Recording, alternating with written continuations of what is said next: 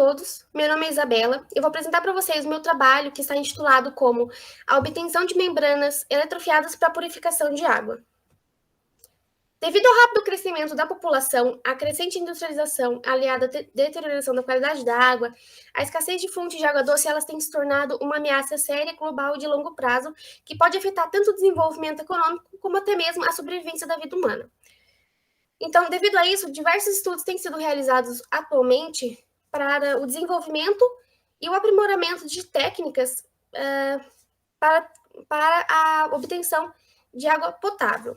Atualmente, diversas técnicas podem ser utilizadas para esse fim, como os processos de filtração, de destilação por membrana, a coleta por neblina, a dessalinização solar, dentre algumas outras. As membranas de filtração, elas são tidas como um processo bastante adequado, bastante vantajoso para essa aplicação, devido a possuir um baixo preço, ter uma grande eficiência de separação, poder ser operado em modo contínuo, ser ambientalmente benigna e também possuir um tamanho reduzido. As membranas de filtração, elas são basicamente uma barreira permisseletiva que atua entre duas fases homogêneas, onde as partículas elas são transportadas de uma fase para outra através da atuação de uma força motriz que atua nessas duas espécies.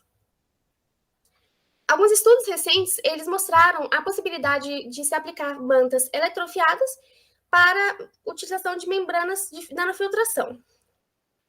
A eletrofiação é um processo bastante vantajoso. O equipamento que é utilizado, ele é apresentado ao lado, e ele é tido como bastante interessante, devido a ser um processo de fácil operação, possuir um menor custo e produzir fibras com diâmetros que vão de dezenas a centenas de nanômetros. Nesse processo, as mantas ou as fibras, elas são obtidas através da aplicação de um campo elétrico.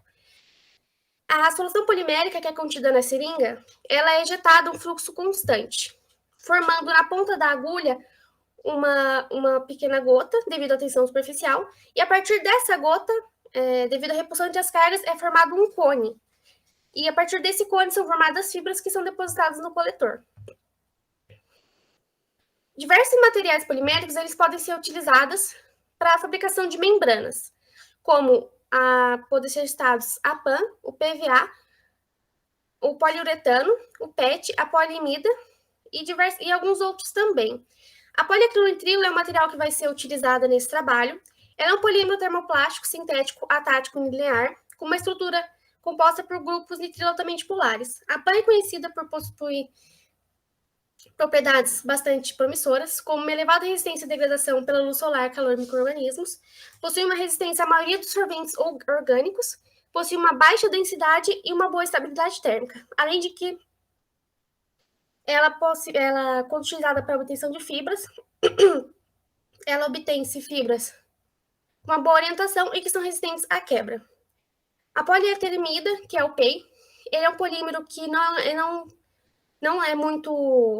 se encontra muitos trabalhos na literatura com a utilização dele para a obtenção de membranas, porém é um material tido como bastante promissor para essa aplicação. O PEI é um polímero amorfo, transparente, de coloração amarelada, e ele possui propriedades bastante interessantes para essa aplicação, como uma alta estabilidade térmica, uma boa permeabilidade a líquidos, um baixo custo, uma elevada temperatura de transição vítrea, elevados valores de resistência e rigidez, um alto modo elástico e uma boa resistência mecânica, além de ser um material isolante elétrico.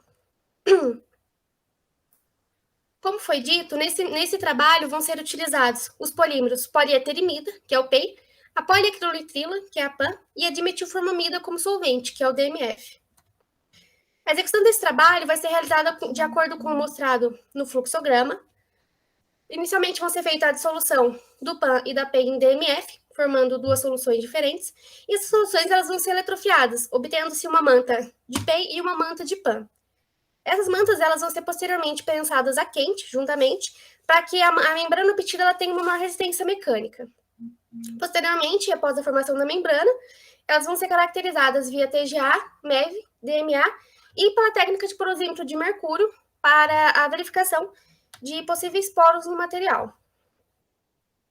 Bom, de acordo com o citado na literatura, as membranas eletrofiadas, elas oferecem um potencial superior para aplicação como membranas de filtração, devido a possuir uma alta permeabilidade, devido a ter uma alta relação área de superfície para volume, Possui um diâmetro de fibra que pode ser ajustável, uma alta porosidade e poros altamente interconectados. Devido a isso, o que é esperado desse trabalho é que, a partir da formação de membranas eletrofiadas de PEI e PAN, prensadas a quente, no caso, é que essas membranas obtidas, elas possuam propriedades, propriedades químicas e mecânicas aprimoradas para essa aplicação. Aqui algumas referências que foram utilizadas para a elaboração dessa apresentação. E muito obrigado pela atenção.